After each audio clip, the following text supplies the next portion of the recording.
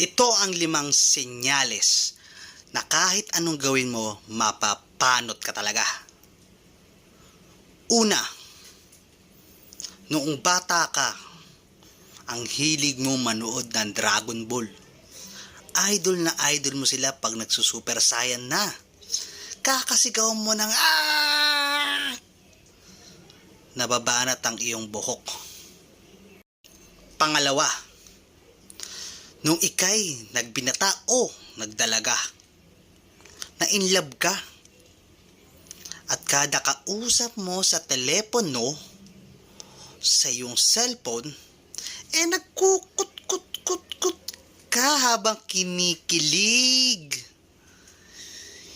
Yan ang dahilan kung bakit mapapanot ka na ngayon. Pangatlo,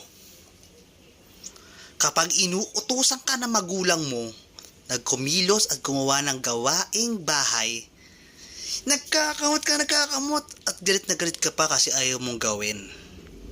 Tandaan mo yan. At dahil dyan, ngayong edad mo, kakakutkut mo sa ulo mo,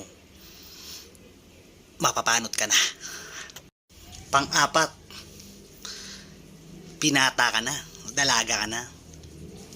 Kailangan magpaganda, magpapogi. Kung ano-ano nilalagay mo dyan sa ulo mo. Pahid ka ng pahid. Wax, gel, yan. Tapos, paparty ka ng gabi. Yun. Pagpapawis. Tapos, maliligo ka after. Sira ang hairline mo. Panglima, ang higit sa lahat. Ito ang pinakamatindi. Ngayon, edad mo. Sukatin mo yung noo mo. Dahil kung mas malapad na yung noo mo sa batok mo, tiyak. Ayan na ang senyales na malapit nang umangat ang hairline mo. Mapapanot ka na. At kung hindi mo ipapalo ang share na to, tiyak, malalagas yung buhok mo.